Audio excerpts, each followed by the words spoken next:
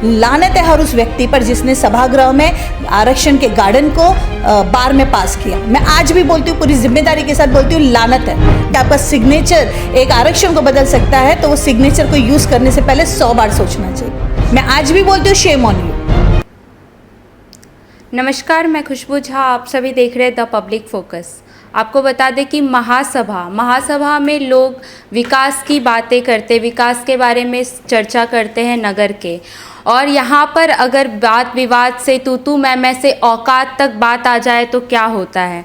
आपको बता दें कि पिछले दिनों महासभा रखी गई थी महानगर पालिका में, और इस महासभा में कुछ अलग ही देखने को मिला। यहाँ पे तू मैं से लेकर औकात तक बात आ गई थी, सब एक दूसरे के आंग तक पे आ गए थे, झगड़ा इतना आगे तक बढ़ गया था। तो इसकी शुरुआत जहाँ से हुई थी, वो नगर सेविका नीला सोन्स 18 नंबर वार्ड की नगर सेविका है, उनके एक प्रस्ताव से ये पूरा मामले की शुरुआत हुई थी। तो चलिए जानते हैं, हमारे साथ इस वक्त बात करने के लिए नीला सोन्स मौजूद है यहाँ पर। इनसे जानते हैं कि क्या था पूरा मामला। सबसे पहले आपका बहुत बहुत स्वागत है हमारे चैनल पे।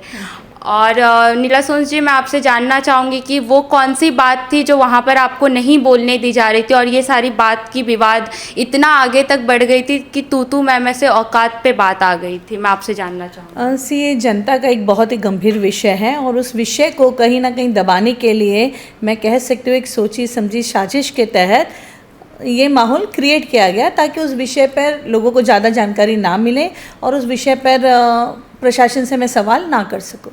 ऐसा कौन सा विषय था, हमारे दर्शकों को आप बताइए।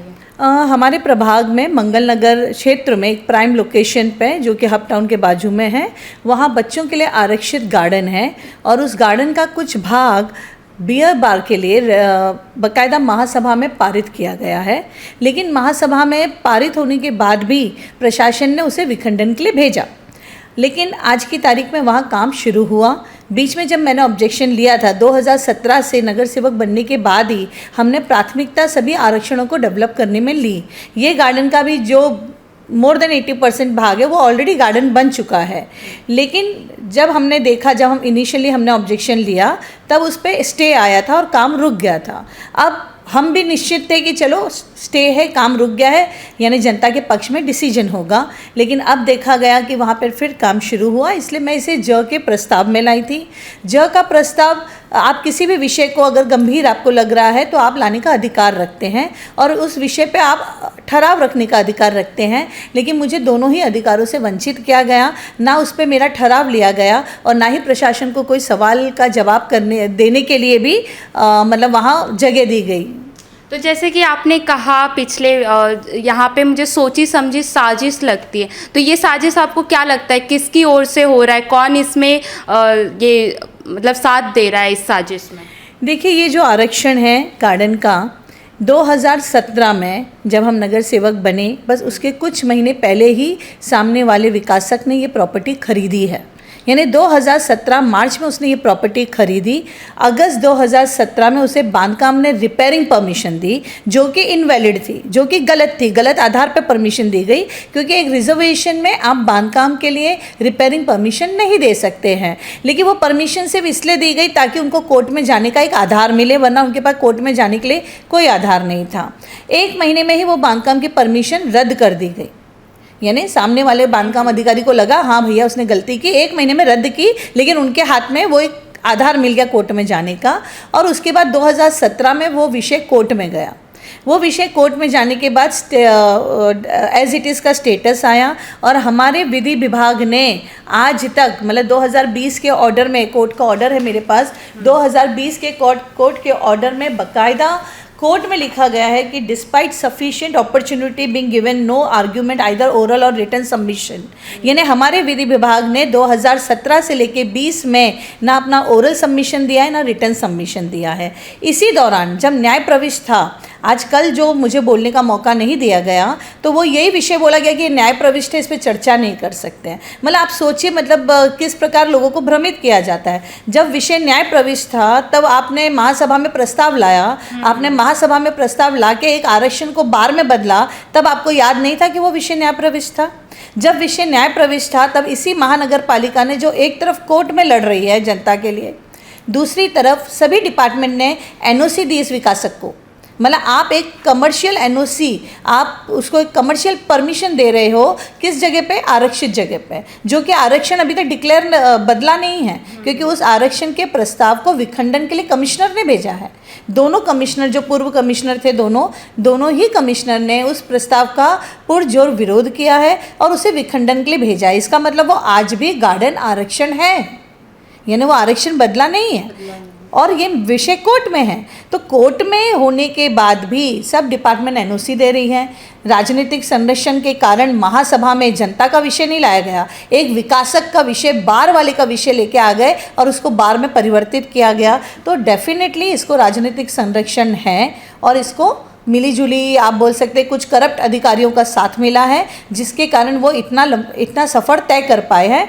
बट यकीनन अगर इसके ऊपर अभी जो आयुक्त है हमारे डोले जी, जिन्होंने आकर बहुत ही अच्छे कार्य किए हैं, मुझे उनसे है एक आखिरी उम्मीद कि शायद वो न्याय करेंगे, शायद वो विधि विभाग से प्रश्न करेंगे और अपना रिटर्न सबमिशन देंगे, क्योंकि ये आरक्षण जो विखंडन के लिए प्रस्ताव दिया है उसको विखंडित करके लेके आएंगे। तो मुझे पूरा एक उम्मीद है कि शायद डोले जी इस पूरे विषय को एक न्याय दे सके। तो जैसे कि आपने कहा, मुझे ऐसा लगता है कोई करप्ट अधिकारी इसमें मिला हुआ है, तो आप कुछ करप्ट अधिकारी का नाम बता सकते हैं यहाँ पे, जैसे अगर आपको मालूम हो तो?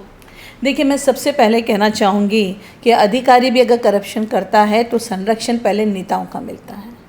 अगर करप्ट नेता ना होते, अगर महासभा में प्रस्ताव ना होता, अगर संरक्षण नेताओं का ना होता, तो डेफिनेटली किसी अधिकारी की भी हिम्मत नहीं होती, क्योंकि अधिकारी सोचता है नहीं तो मेरा ट्रांसफ़र हो जाएगा, नहीं तो मैं बदल जाऊंगा। तो अधिकारी के ऊपर भी प्रेशर होता है और अधिकारी मतलब अधिकारी ने किस कारण ये एनओसी दी, उस एनओसी को रद्द किया जाए, इसके लिए मैंने सम्मानीय आयुक्त जी डोले जी को अभी लेटर दे रही हूँ मैं, ताकि वो उसकी पूरी जांच करे और उनका अधिकार है कि वो उस अधिकारियों के ऊपर क्या करना चाहते हैं। मेरा फ़र्ज़ बनता है जनता को उनका गार्डन मिले, तो अधिकारियों पे क्या कार्रवाई करनी है, अधिकारियों की क्या जाँच करनी है, ये सम्मानीय आयुक्त अपने अधिकार का उपयोग करे।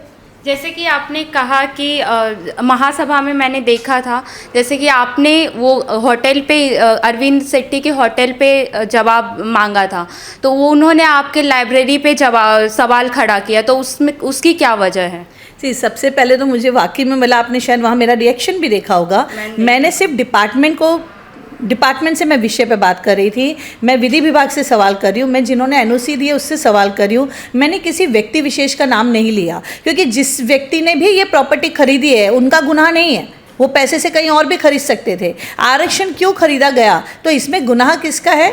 हमारे प्रशासन का और नेताओं का है। जिसने खरीदी, मैं उसको गुनहगार नहीं मानती, वो अपनी जगह का डीआरसी ले ले, वो प्रशासन से ले ले, लेकिन वो बोलते ना, मतलब चोर की दाढ़ी में तिनका। मैंने तो किसी का नाम नहीं लिया था। अरविंद शेट्टी जी खड़े होकर बोलने लगे तो मेरे लिए अपने आप में बहुत बड़ा प्रश्न चिन्ह था और मैं सरप्राइज थी कि ये क्यों बोल रहे हैं, क्योंकि अरविंद शेट्टी जी का मैं नाम सुन रही थी कि शायद इस प्रॉपर्टी में वो शामिल है, लेकिन इसकी मुझे कोई मतलब मुझे पता नहीं था कि वो है या नहीं है।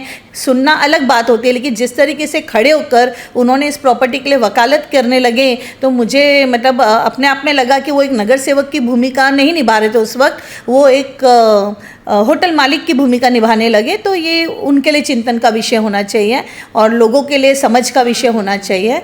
बात रही जो उन्होंने कटाक्ष लाइब्रेरी के ऊपर किया, तो मुझे अच्छा है उन्होंने लाइब्रेरी बोला।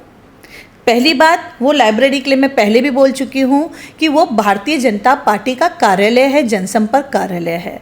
मैं नगर सेविका नहीं थी, मैं नगर सेविका 2017 में बनी हूँ। वो कार्यालय उसके भी कई सालों पहले से था।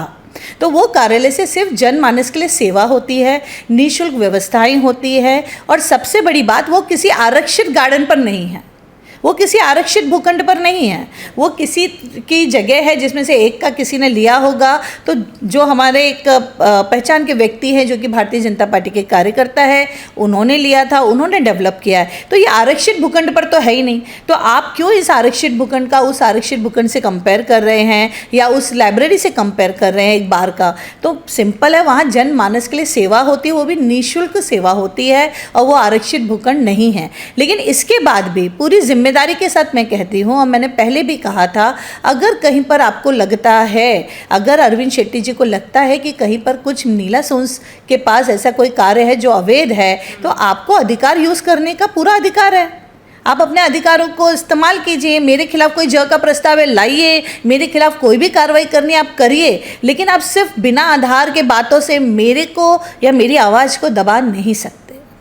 आपने देखिए महासभा में जैसे कि महापौर के सीट पे जब हंसमुख गहलोत जी बैठे थे तभी आपने उनको लालत है आप पर ये सब शब्दों का उपयोग किया था, तो ये कितना सही है आपके हिसाब से? देखिए, मैंने हंसमुख गहलोत, अगर आपने देखा होगा, मैं अपने विषय पे जब बात करी थी पूरा माहौल में कई लोग बोलने लगे, तब मैंने ये भी कहा था, अरविंद शेट्टी भी जब बोलने लगे तब मैंने ये भी कहा था पितासी नटगारी महापौर बोल के कि मेरी बात ख़त्म होने के बाद जिसको भी इस विषय पे बात बोलनी है, गंभीर विषय ज़रूर बोलिए, अगर कोई जानकारी मेरी नहीं है और बढ़ेगी मैं सीखने के लिए तैयार हूँ। ये मैंने उस वक्त कहा था, रिकॉर्ड में है, राइट। उन्होंने मुझसे क्या बोला, जब प्रशांत दलवी जी बिना परमिशन के सभागृह नेता मेरे बोलते हुए खड़े हो गए, तब उप महापौर मतलब उस वक्त महापौर थे, तो उन्होंने मुझसे क्या बोला कि नीला जी आप ही बोलिएगा, आप ही का विषय आप ही बोलिएगा, लेकिन इनको बोलने दीजिए।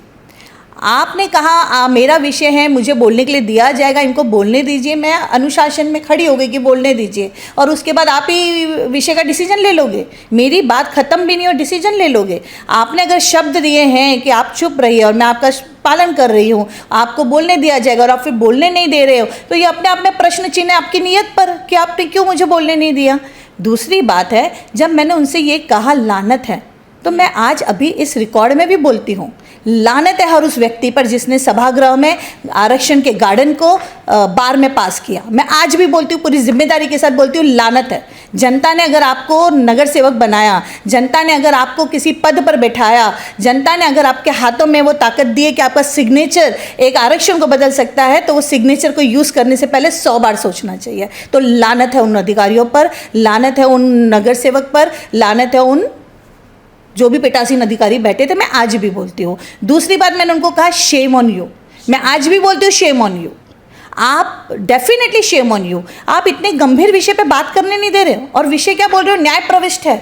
जब सभागृह में न्याय प्रविष्ट के ऊपर आरक्षण बदला गया, गार्डन से बार किया गया, तब क्या आप सब लोगों को नहीं पता था न्याय प्रविष्ट है? मतलब न्याय प्रविष्ट मुद्दे को आप बदल सकते हो, लेकिन न्याय प्रविष्ट मुद्दे पर आप चर्चा नहीं कर सकते हो, तो ये जनता समझ जाएगी।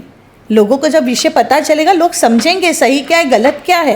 प्लस उन्होंने ये भी कहा, मैंने किसी बाइट्स में सुना कि मेरे पास, मैं पीठासीन अधिकारी था, इतना अधिकार था कि मैं किसी को 10 दिन के लिए या 15 दिन के लिए निलंबित कर सकता हूँ, लेकिन मैंने नहीं किया।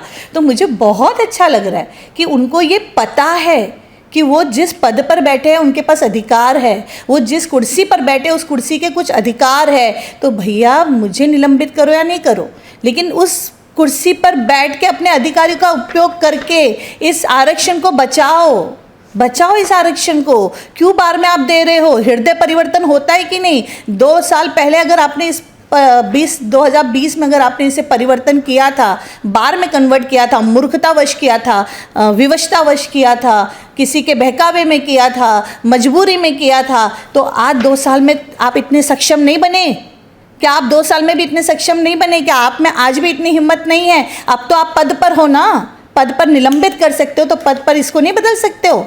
तो जनता के लिए अपने पद का, अपने अधिकारियों का उपयोग करो। मुझे निलंबन करने से कोई समाधान नहीं निकलेगा, और मुझे निलंबन कर भी दोगे तो मुझे नहीं फ़र्क पड़ता। ऐसे सभागृह में जहाँ जनता के विषय बोलने को ना दिया जाए, ऐसे सभागृह में बैठ के मुझे क्या फ़ायदा है?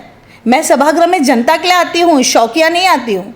अगर जनता के विषयों पर समाधान नहीं निकलेगा तो ऐसे सभागृह में बैठकर क्या मतलब है? शासन से क्या अपील करना चाहेंगे हमारे चैनल के माध्यम से? मैंने प्रशासन से ऑलरेडी सारी जानकारी दी है। 2 विषय हैं। सबसे पहले तो न्याय प्रविष्ट होने के कारण सम्मानीय न्यायपालिका में अपना पक्ष, मतलब जनता का पक्ष रखे, आरक्षण के मुद्दे को वहाँ पर रखे और वहाँ पर जीते। विधि विभाग जो बहरा बन के वहाँ बैठा है, गूंगा बन के वहाँ बैठा है और ना ही लिखित कुछ दे रहा है, तो विधि विभाग अपना स्पष्ट कार्यभार करे।